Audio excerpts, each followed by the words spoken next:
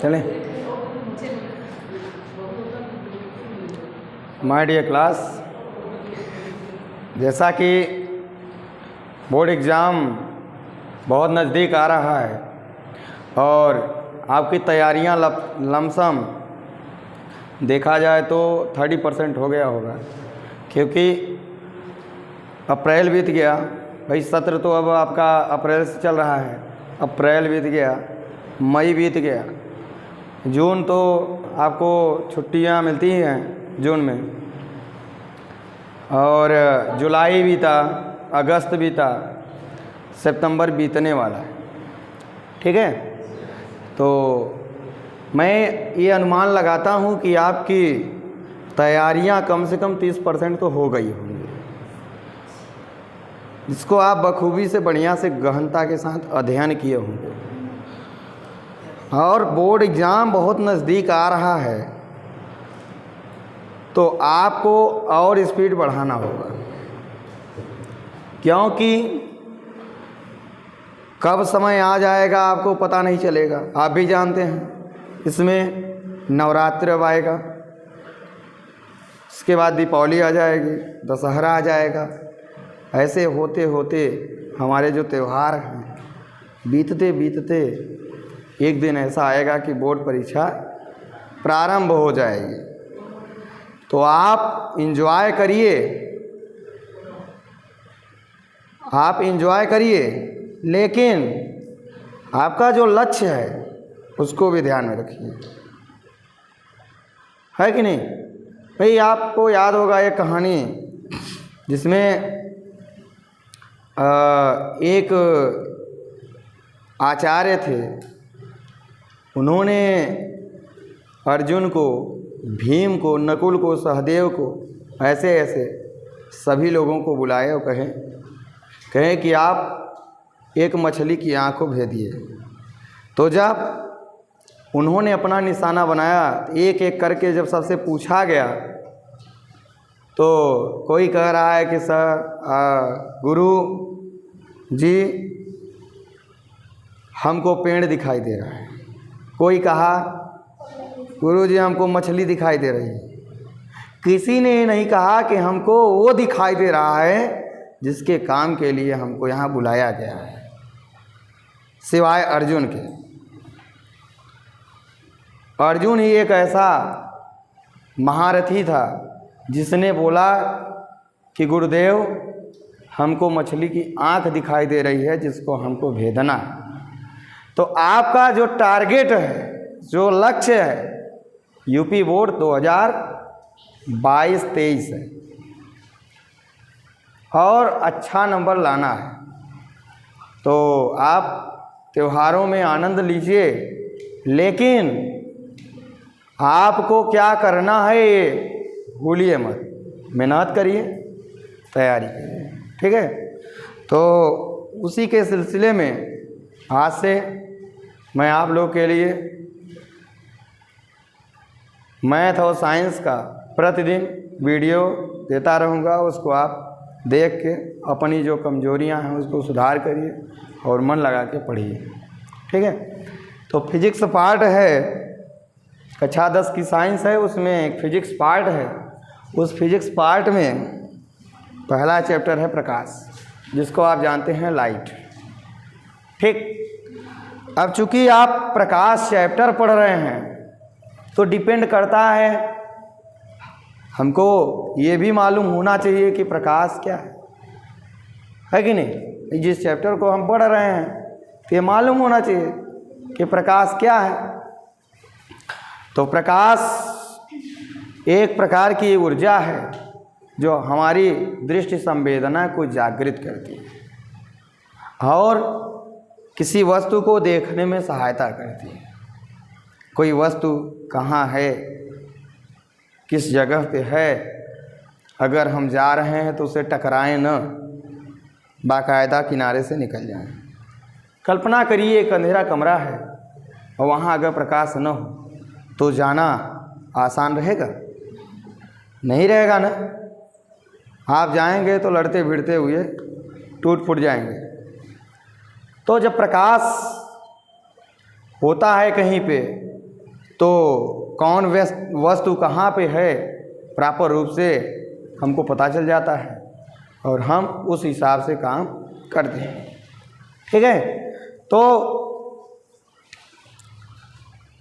प्रकाश जब किसी वस्तु पर पड़ती है तो प्रकाश के कारण वस्तु हमको दिखाई देने लगती है कि नहीं? लेकिन प्रकाश स्वयं नहीं दिखाई देती है। समझ रहे हैं कि नहीं? प्रकाश हमको स्वयं नहीं दिखाई देती है, प्रकाश के द्वारा हमको वस्तुएं दिखाई देती हैं। ठीक है, अब प्रकाश के द्वारा हमको वस्तुएं दिखाई देती हैं तो इनके गुण के बारे में भी हमको जानकारी होना चाहिए कि इसका गुण क्या होता है कि नहीं? तो प्रकाश का गुण इनमें से किसी को मालूम है? एक एक करके एक एक बताइएगा। आप बताइए।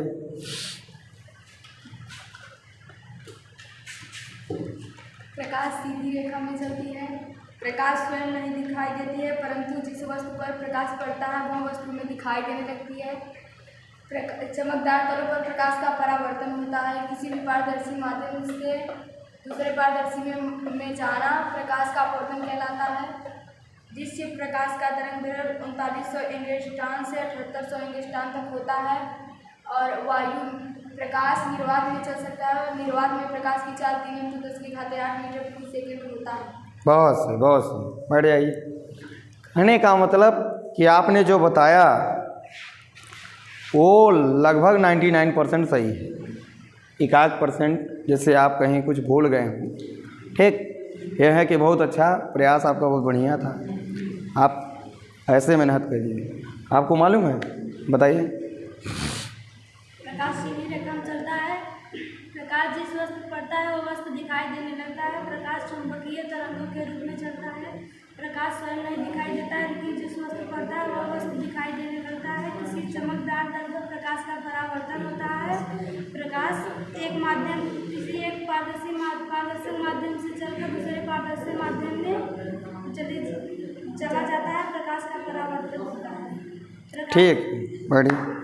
तो कहने का मतलब ये हुआ कि प्रकाश का जो गुण है उसको अगर हम देखें तो पहला आता है कि प्रकाश सीधी रेखा में चलता है। कैसे चलता है? सीधी रेखा। भाई आप देखे होंगे कि जब प्रकाश आता है तो एकदम सीधी रेखा में आता है।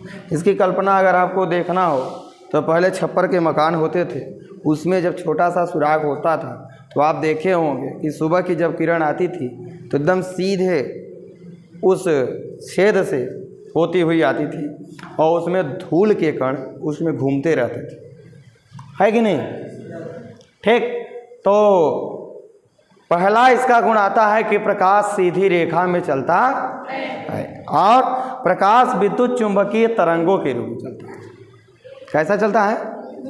विद्युत चुंबकीय तरंगों के रूप में चलता है और प्रकाश स्वयं दिखाई नहीं देता है, लेकिन जब वो प्रकाश किसी वस्तु पर पड़ता है तो वह वस्तु हमको दिखाई देने लगती है। जैसे बोतल, ठीक, अगर प्रकाश न रहा होता तो ये हमको प्रत्यक्ष रूप से नहीं दिखाई देता।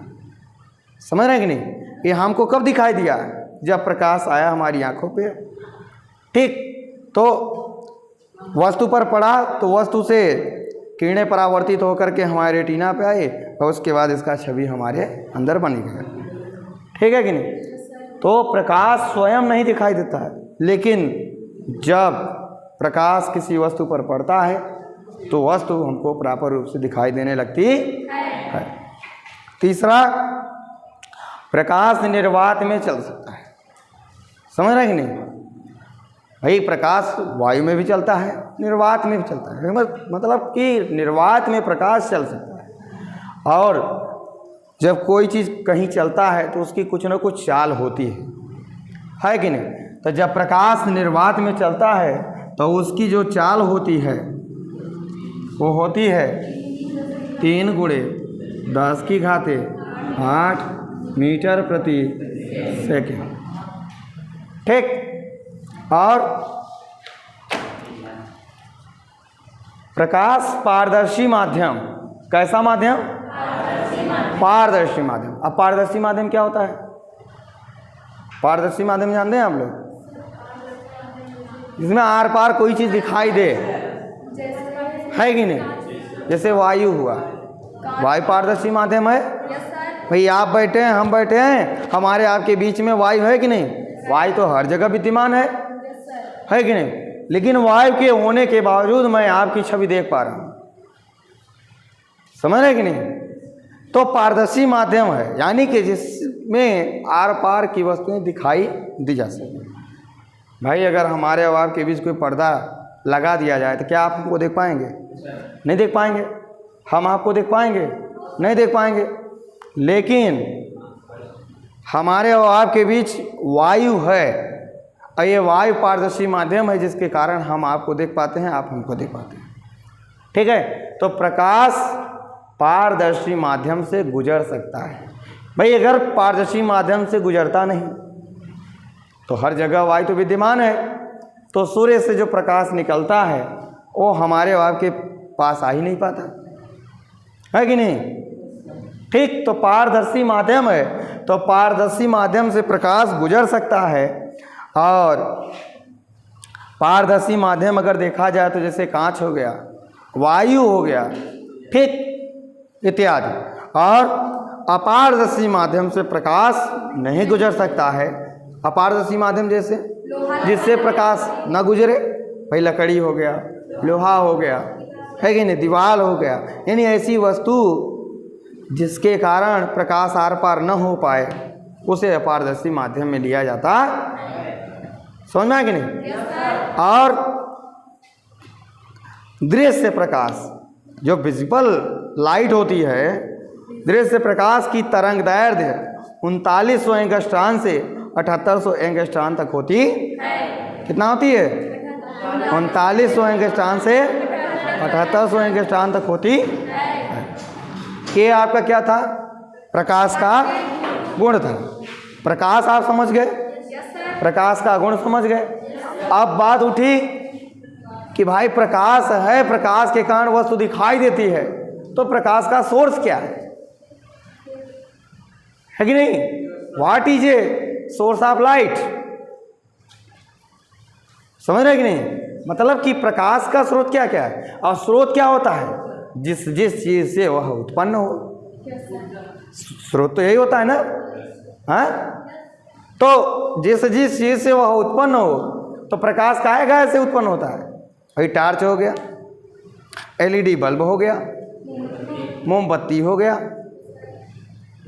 है कि नहीं, लालटेन हो गया, दीपक हो गया,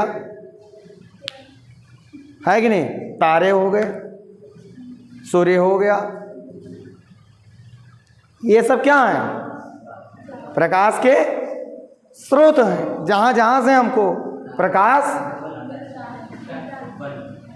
दिखाई देता है, प्राप्त होता है। समझना कि नहीं? तो देखिए, सबसे पहले आपको बताएं कि प्रकाश, तो प्रकाश क्या है? प्रकाश एक प्रकार की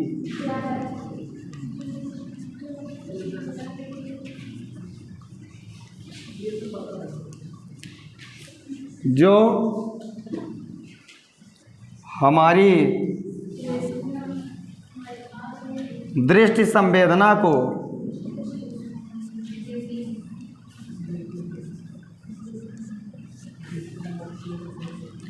जागृत करती है। क्या करती है? जागृति करती है। प्रकाश क्या करती है? हमारी दृष्टि संवेदना को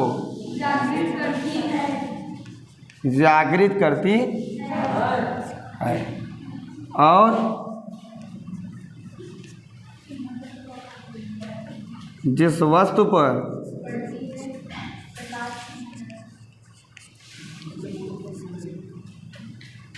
यह पड़ती है वह वस्तु हमको उचित रूप से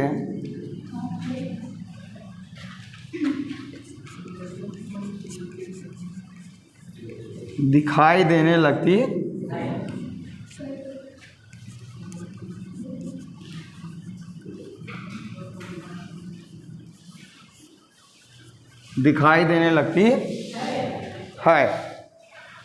अब प्रकाश के स्रोत, क्या? प्रकाश के स्रोत।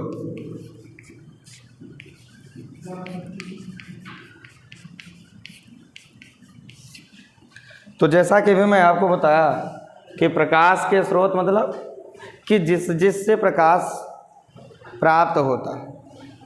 ठीक, तो देखिए जैसे सूर्य हो गया, बल्ब हो गया, लालटेन हो गया, मोमबत्ती हो गया,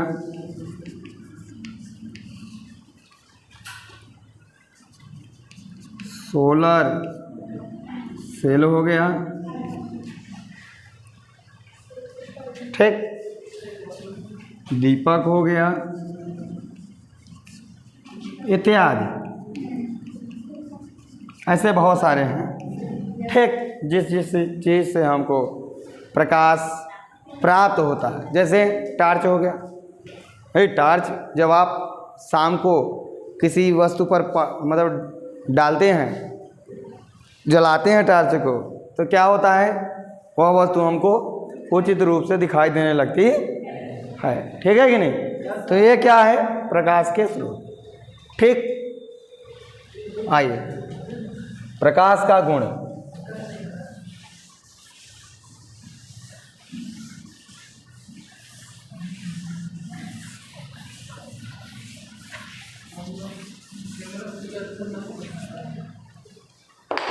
प्रकाश का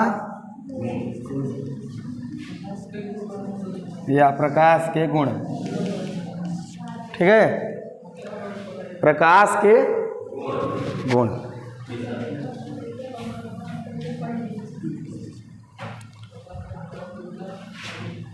अच्छा, गुण का मतलब क्या होता है?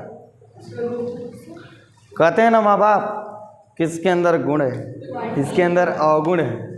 तो गुण का मतलब अच्छाई, अवगुण का मतलब बुराई। तो इसकी अच्छाइयाँ क्या क्या है, समझ रहे हैं कि नहीं? तो अच्छाइयाँ में नंबर 1 है कि प्रकाश सीधी रेखा में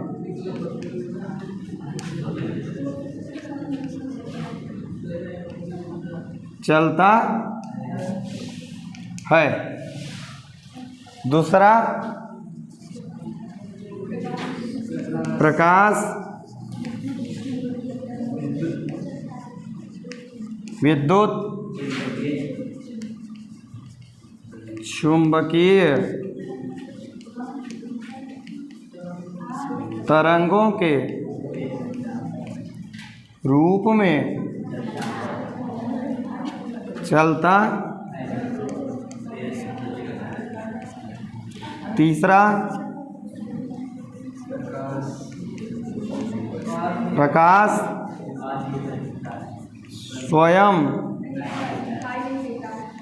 दिखाई नहीं देता है, परंतु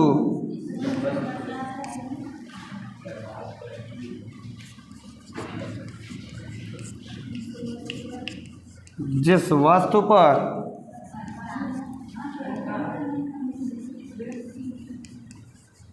प्रकाश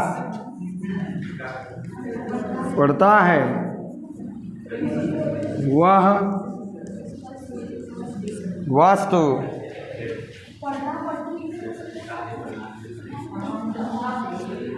दिखाई देने लगती है। भाई प्रकाश स्वयं दिखाई नहीं देता, परंतु जिस वस्तु पर प्रकाश पड़ता है वह वस्तु स्वयं दिखाई देने लगती है।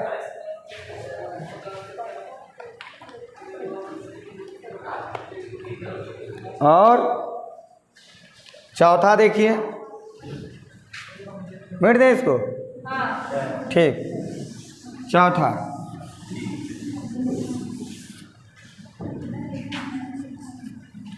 कि प्रकाश निर्वात में भी चल सकता। प्रकाश कहाँ चल सकता है? निर्वात में भी चल सकता है। तो निर्वात में चल सकता है तो उसकी कुछ चाल रही होगी, कुछ चाल से चल रहा होगा। तो निर्वात में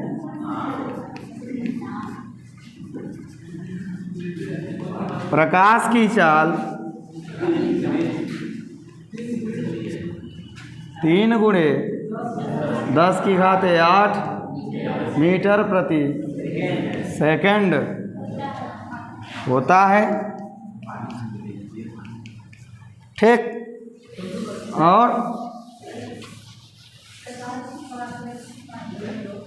और इसका क्या है अच्छाई, इसका क्या है गुण कि प्रकाश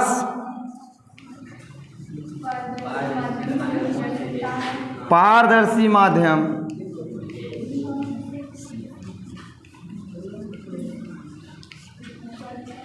अब पारदर्शी माध्यम क्या क्या हो सकता है? जैसे वायु, कांच,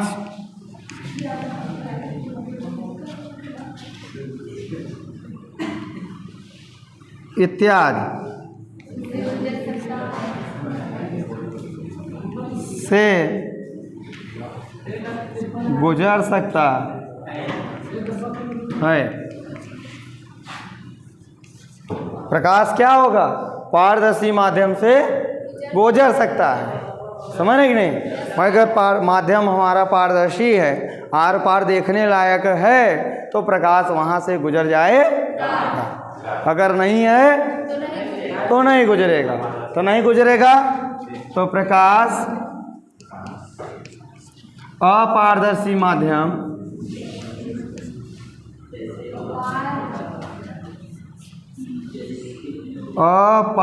अपारदर्शी माध्यम। अब अपारदर्शी माध्यम में तो बहुत सारे हैं, तो एक आध दो जैसे हम लोग देख लेते हैं। जैसे लकड़ी हो गया,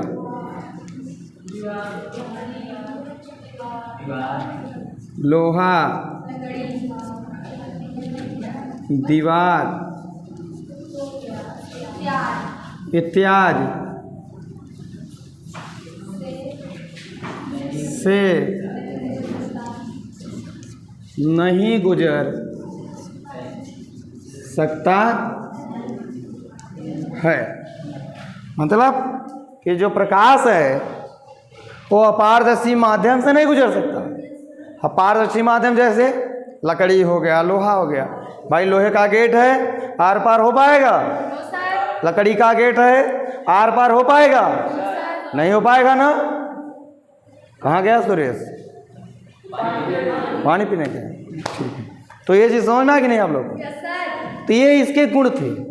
जैसे एक और है कि जिस प्रकाश में प्रकाश का जो तरंग दैर्घ्य होगा वो 3900 एंगस्ट्रॉन से 7800 एंगस्ट्रॉन होगा।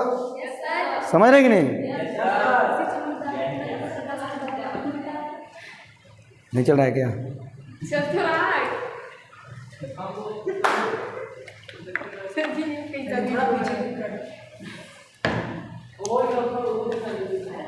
देखिए, तो ये आपके प्रकाश के गुण थे।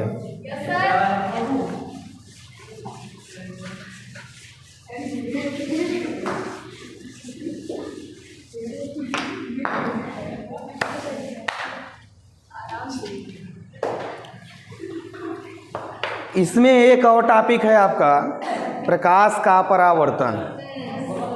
एक और टॉपिक है आपका प्रकाश का परावर्तन।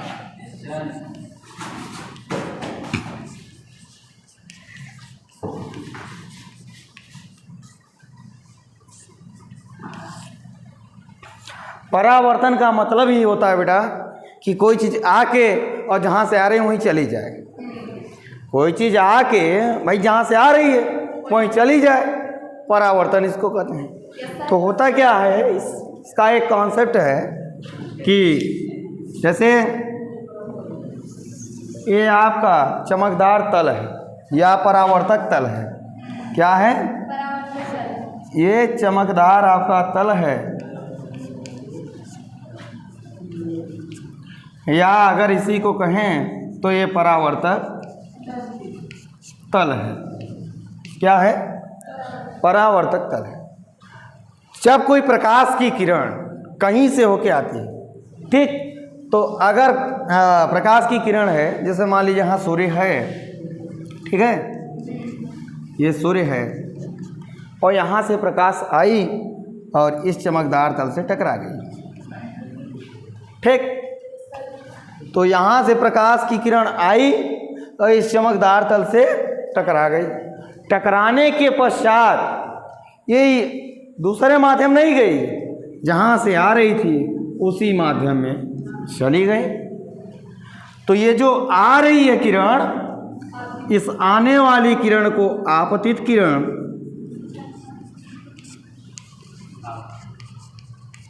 और इस चमकदार तल से टकराने के पश्चात जाने वाली किरण को परावर्तित किरण कहते हैं। और ये दोनों किरणें इस चमकदार तल या परावर्तक तल के जिस बिंदु पर टकराती हैं उसको हम लोग कहते हैं आपतन बिंदु। आपतन बिंदु। और इस आपतन बिंदु से अगर एक लंब खींच दिया जाए तो इस आपतन बिंदु से जो लंब खींचा जा रहा है इसको कहते हैं अभिलंब। क्या कहते हैं? अभिलंब। अभिलंब। और आपतित किरण तथा अभिलंब के बीच ये कोण बन रहा है ना? बन रहा है कि नहीं? तो ये जो कोण बन रहा है, इस कोण को हम आई से प्रदर्शित करते हैं। और इस आई वाले कोण को हम लोग आपतन कोण के नाम से जानते हैं। किसके? आपतन कोण के नाम से। और ये जो परावर्तित किरण और अभिलंब के बीच कोण बन रहा है, भाई बन रहा है कि नहीं? तो ये जो कोण बन रहा है इसको हम आर से प्रदर्शित करते हैं और इस आर का नाम है परावर्तन कोण। इसी पर एक नियम बना जिसे प्रकाश का परावर्तन का नियम कहते हैं। ये नियम दो प्रकार का होता है, ठीक। तो सबसे पहले हम लोग परावर्तन समझते हैं, उसके बाद परावर्तन के नियम पर आते हैं। तो परावर्तन है कि जब कोई प्रकाश की किरण, भाई कोई स्रोत होगा प्रकाश का, उस स्रोत से वो आ रहा होगा। तो जब कोई प्रकाश की किरण, जैसे यहाँ सोर्स के रूप में सूर्य है कि नहीं? भाई ये सूर्य है। क्या है? सूर्य है। तो इस सूर्य से प्रकाश की किरण आई और इस चमकदार तल पर टकरा गई। तो जब कोई प्रकाश की किरण किसी चमकदार तल से टकराने के पश्चात पुनः उसी माध्यम में लौट जाती है तो उसे प्रकाश का परावर्तन कहते हैं। या इसको एक और भाषा में कह सकते हैं कि प्रकाश की किरण का किसी माध्यम से चलकर किसी चमकदार तल से या किसी परावर्तक तल से टकराने के पश्चात पुनः उसी माध्यम में लौट जाना प्रकाश का परावर्तन कहलाता।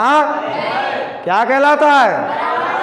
प्रकाश का परावर्तन कहलाता है। इसके दो नियम थे। पहला नियम क्या था कि ये देखिए, ये किरण आ रही है ना, इसको हम लोग आपतित किरण के नाम से जानते हैं। ये किरण जा रही है ना, इसको हम परावर्तित किरण के नाम से जानते हैं। ये दोनों किरणें इस बिंदु पर टकरा रही ना, तो इसको हम आपतन बिंदु के नाम से जानते हैं। और इस बिंदु से एक लंब खींचा जा रहा है, इस लंब को हम अभिलंब के नाम से जानते हैं। यानी कि पहला नियम कहा गया कि आपतित किरण, परावर्तित किरण तथा आपतन बिंदु पर खींचा गया लंब यानी अभिलंब तीनों एक ही तल में होते।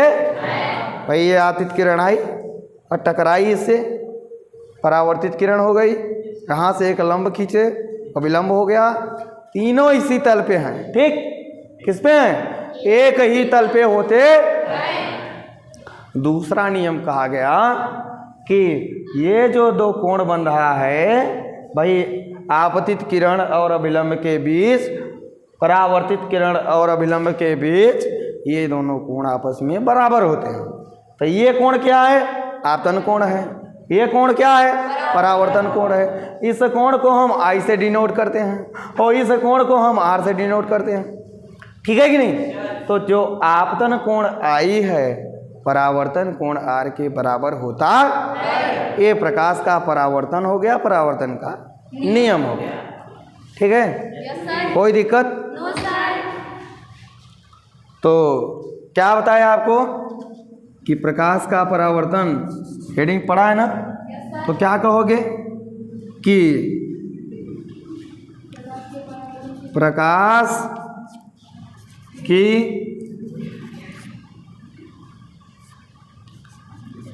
किरण का किसी माध्यम से चलकर किसी चमकदार तल से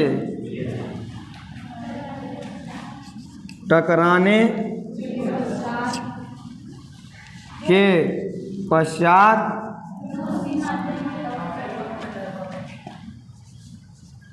पुनः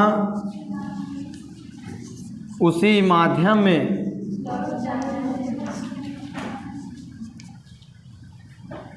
लौट जाना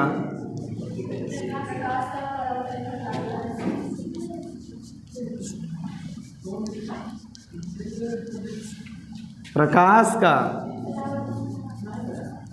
परावर्तन कहलाता है। क्या कहलाता है? प्रकाश का परावर्तन कहलाता है। इसके दो नियम थे। पहला नियम क्या था? इसको मिट दें।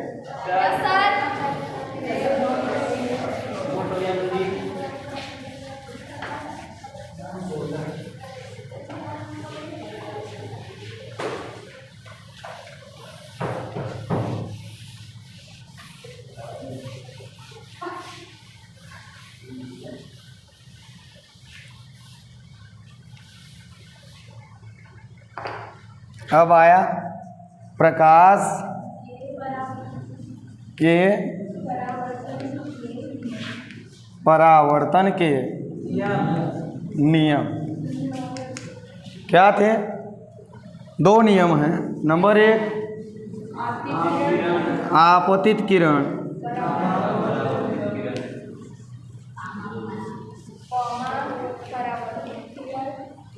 कॉमा परावर्तित किरण तथा आपतन बिंदु पर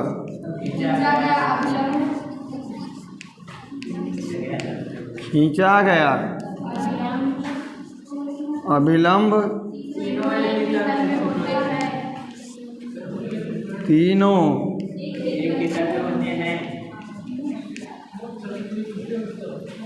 एक ही तल में होते हैं। और दूसरा नियम आपतन कोण आई, जिसको आई से प्रदर्शित करते हैं, बराबर परावर्तन कोण आई। ठीक है, आज के लिए इतना रखते हैं। बाकी आप लोग मेहनत करिएगा। ऐसे ही पर डे आपको एक एक वीडियो जाएगी और उसको बाकायदा आप घर पे रह के भी पढ़िए और यहाँ आ कर के भी पढ़िए। ठीक, यहाँ पढ़ाने के बाद जब आप घर जाएंगे तो इसको जब आप रिवाइज करेंगे तो आपको दिक्कत नहीं होगा। आपको एकदम प्रॉपर रूप से हर चीज़ समझ में आएगा कि सर ऐसे ऐसे हम लोग को समझाए थे। ठीक, चूँकि अब समय धीरे धीरे ख़त्म हो रहा है और बोर्ड परीक्षा सन्निकट आ रहा है तो मेहनत करना आप लोग शुरू कर दिए। कम से कम 5-6 घंटे पर डे आप पढ़िए, तब तो कल्याण होने वाला है। अगर आपका सपना हो कि 85 से 90% बनाना हो तो आपको मेहनत करना पड़ेगा। ख़ास तौर पे गणित में अगर 70 में 70 लाना है तो अगर आप 2 घंटे अपने से नहीं दिए रहे हैं तो आप अपने साथ धोखा दे रहे हैं, अपने आप को धोखा दे रहे हैं। समझ रहे कि नहीं? अपन